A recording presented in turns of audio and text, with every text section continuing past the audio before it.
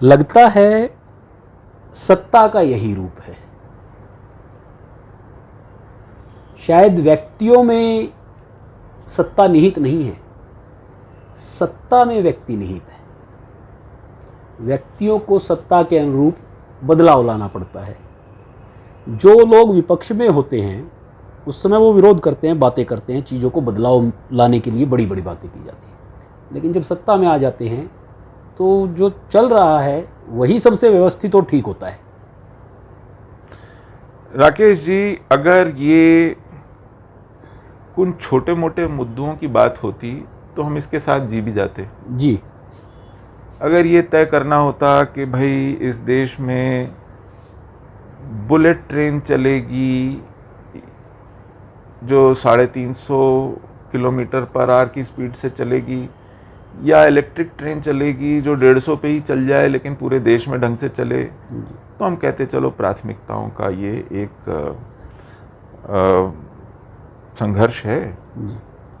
इस देश में गाड़ियाँ पेट्रोल से चलेंगी या डीजल से चलेंगी, पेट्रोल पर टैक्स 80% होगा या 50% होगा या 200% होगा, तो समझ सकते थे कि चलिए ये सत्ताएं और सत्ताधीश हैं, उनकी नीतियां और उनके बजट का संघर्ष। आज हम हिंदू की जीवन मरण की बात कर रहे हैं। ये देश बचेगा कि नहीं बचेगा, ये संस्कृति बचेगी कि नहीं बचेगी, जिस जीवन पद्धति में हम रह रहे हैं ये बचेगा, ये हमारे अस्तित्व की लड़ाई है। ये किसी विचारधारा, किसी आर्थिक प्राथमिकता, किसी राजनीतिक परिदृश्य में ऐसा हो या वैसा हो उसका द्वंद्व नहीं है। हम बचेंगे कि नहीं बचेंगे, ये देश बचेगा कि नहीं बचेगा, ये उसका द्वंद्व है। और इसमें दुश्मन तो सामने साफ खड़ा दिखाई पड़ता है और उसने कोई कोर कसर नहीं छोड़ी है अपनी ध्येय को, अपने लक्ष्य को साफ साफ बताने में। उसने तो छुपाया नहीं है आपसे, उसने तो किताब में लिख के बोल दिया है, उसके तो आचरण में पता चल रहा है आपको जी। वो तो आए दिन आपके ऊपर ये ऐलान करता है जी। अभी उसने तमिलनाडु के गांव से मद्रास हाई कोर्ट की डिवीजन बेंच तक याचिका पहुंचाई है कि इस गांव में अब मेरा वर्चस्व है, मेरे समुदाय का वर्चस्व है, अपने मंदिर बंद कीजिए, अपने उत्सव बंद कीजिए जी। 5.5% जनसंख्या है पूरे तमिलनाडु में उस समुदाय की, और ये तेवर हैं। तो उसने तो कोई कोर कसर नहीं छोड़ी है जी।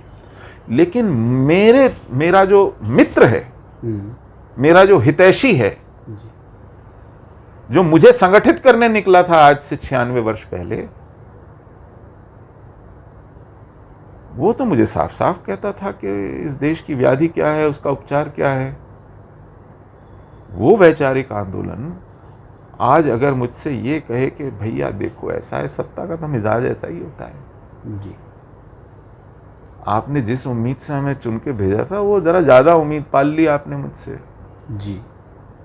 ये आपकी प्रॉब्लम है, हमारी प्रॉब्लम नहीं है जी।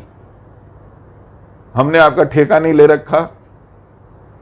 अगर वो पलट के हमसे ये बोले जी, और मैं अपने अस्तित्व के प्रश्न से जूझ रहा हूं जी, तो मैं क्या करूं?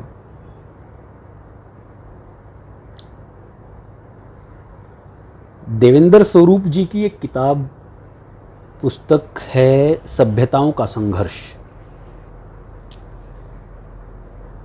और कलकत्ता में विपिन चंद्र पाल जी इस सभ्यताओं पर बहुत पहले लिख चुके हैं, जिसको राष्ट्रवादी संगठनों का आधार भारत में माना जाता है।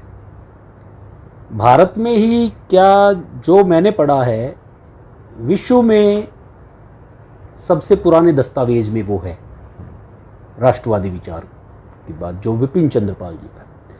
तो क्या ये सभ्यताओं के संघर्ष का जो दौर है आज वो भारत में है?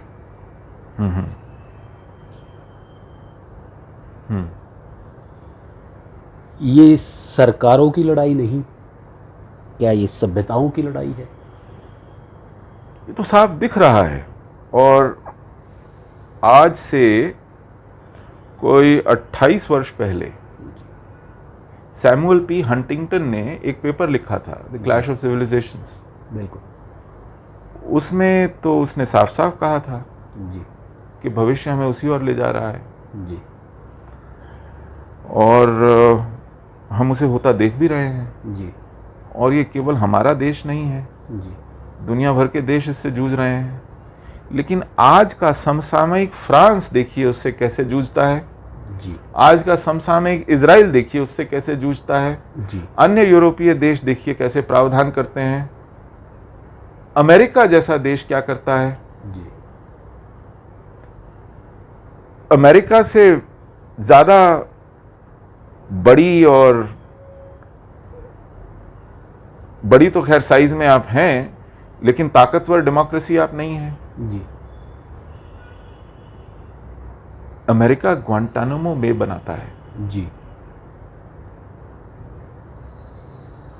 हमारे राष्ट्रीय सुरक्षा सलाहकार कहते हैं कि भारत दुनिया का एकमात्र ऐसा देश है जो जिहाद से लोकतांत्रिक तरीकों से जूझ रहा है। जी ये वर्जनाएं हमने स्वयं पर लगाई हैं। हम अपने फौजी अफसरों पर एफआईआर करते हैं जब वो आत्मरक्षा में हथियार उठाते हैं। हम एक तरफा रमजान में छूट देते हैं, आप मारिए हम नहीं मारेंगे, हम एनकाउंटर बंद करेंगे, हम ऑपरेशन ऑल आउट रोकेंगे। एकमात्र ऐसा देश है। माथा नहीं ठनकता हमारा। हमको दुनिया से चेतावनी मिल रही है, हमको अपने राष्ट्रीय सुरक्षा सलाहकारों से चेतावनी मिल रही है।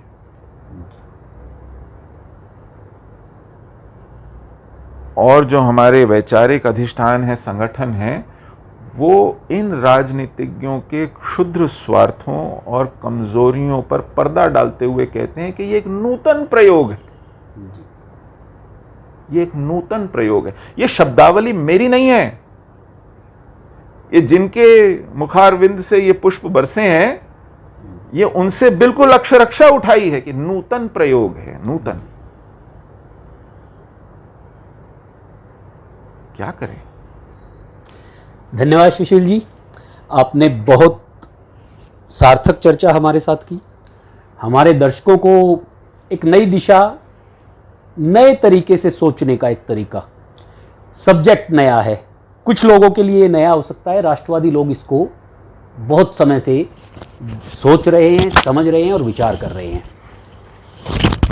उस विषय को समझाने के लिए, नए एंगल से आप लोगों तक पहुंचाने के लिए, और सुशील जी ने जिस तरीके से बातों को रखा है उसको समझने का आपसे एक निवेदन है। समझिए, राष्ट्र की दिशा में सोचिए, बाकी सब चीज़ें तो आती जाती रहती है।